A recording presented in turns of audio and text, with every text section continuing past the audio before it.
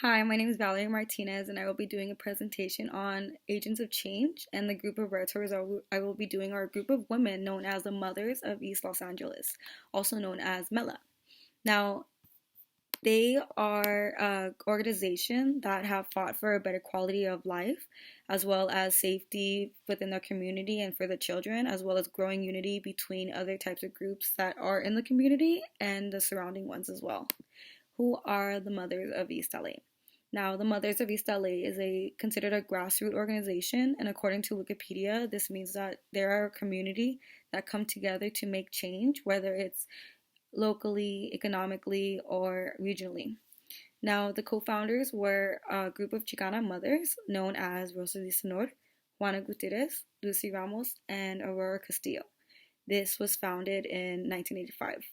And according to LA Times, they depended a lot on volunteer work, as well as the community came together so that they could fight these environmental issues. Now, the environmental issues I will be speaking on are building of a state prison, toxic waste from the Vernon incinerator, as well as the pipeline and overcrowded classrooms. And so education was very important within their fight. For the state prison issue, according to LA Times, the prison was proposed to be built in the middle of an area with 32 schools. Now, Governor George Dukamijian, he had opposed arguments on behalf of this project, and Senator Presley had backed him, saying, well, the prison will provide hundreds of jobs, the building will look nice, and we have even agreed to upgrade the streets surrounding it, and we'll build a small park.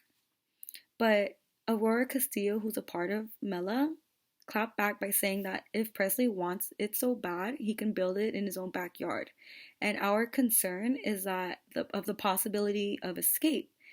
No prison is escape proof, and there are just too many children in our area to even risk it. End quote. Now, the state prison controversy was that the building of a state prison would cost billions of dollars, and this money essentially could have gone to building more schools, having a better education for the children, giving a better pay for the teachers, as well as neighborhood fixes. And that was one goal of his, but the prison would have more damage to the community. Now, there were also 14,000 inmates that were already housed around East LA and to detention facilities. Now, instead, Governor George Dukamijian, he wanted to add to the rapid rates of incarceration. So Assemblywoman Gloria Molina, she actually came in and she stood by MELA, and she noted that the governor was being senseless, and he had no total disregard. He had a total disregard of the history of the displacement of the East LA people. Now, the state prison actually was never fully built. They actually were able to stop it, and that's a victory for MELA. And according to LA Times, in the old days, quote, if the government said, move on, people moved on. And Lucy Ramos was a 40-year-old woman who was a part of MELA. She had 5 children, and she was a spokeswoman for the group. She was a child when state officials ordered her family to leave their home to make way for one of several freeways that would go through East LA and displaced not only her family, but 10,000 people, and it left behind noise and pollution. So this was one experience for Lucy Ramos as well as 10,000 people. That was where her activism had actually started within MELA. Now, after years of fighting, they won the battle, of course, for the state prison to not be built, and this didn't mean that the work was done. They had actually continued to do more movement work, and this included holding vigils, having demonstrations. They created bilingual advertisements that they would pass around in the community so that other people were well informed of what was going around in their community. They also were able to pick up 400 members that were in support of their work. This was according to OTI magazine, where they said that they had signs and banners that read, "The people will stop the incinerator and don't poison me." So this march actually held 200 people, and Castillo, a part of MELA, said that they thought that if they picked a poor community, they wouldn't find any resistance. But we proved them wrong, and it was very wrong. Now, according to Betsy Swart of OTI Online magazine, children were also a part of the movement.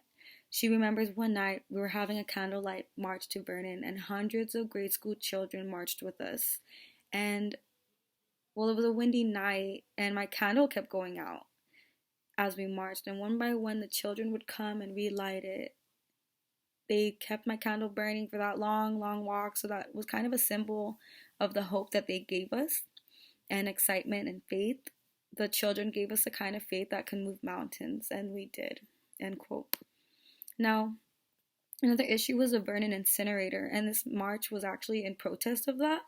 This meant that it was toxic waste that would be burning every day, and it was pounds and pounds of it, thousands of pounds actually. And it contributed to the growing rates of pollution damaging the welfare of the surrounding families and communities. The permits were actually turned down and the pipeline was never put in, but the pipeline was actually supposed to be going underneath. And that's another issue because there were not only houses, but there were also schools. And that meant that if it were to explode, it would injure or kill people. And Aurora actually remembers when she was working in 1950. According to OTI Internet, she was working in a factory in Vernon and she called her employees' attention to the black residue on the sidewalks as well as the black soot. And she said that it had frightened her because she was breathing this air every day. And it contained such grime that it made her angry, and her family should have that her family should also have to live in that type of environment. But her employer just laughed at her when she spoke, and in fact, he actually said that she was cute for that. And Aurora eventually retired from that job, but because of this, she had actually started to want to do activist work. Now, when I talk about the pollution, I want to make it very clear that it was people of color in those communities were actually at a higher risk because in rich neighborhoods, you wouldn't see that there were pipelines or incinerators on a corner. There was actually a survey done by Greenpeace that 70% of LA's blacks and 50% of Latinos had lived in the most polluted parts of the city. So the rhetorical value that I want to bring up is that Mela, Mothers of East L.A., was dedicated in taking on the issues that affected the quality of life in the environment and the community. And the rhetorical value is that the work fought for everyone. So feminism, equality for all. It was deeply rooted in the group's movement, and the mothers feared that the well-being of their children were being damaged by the system.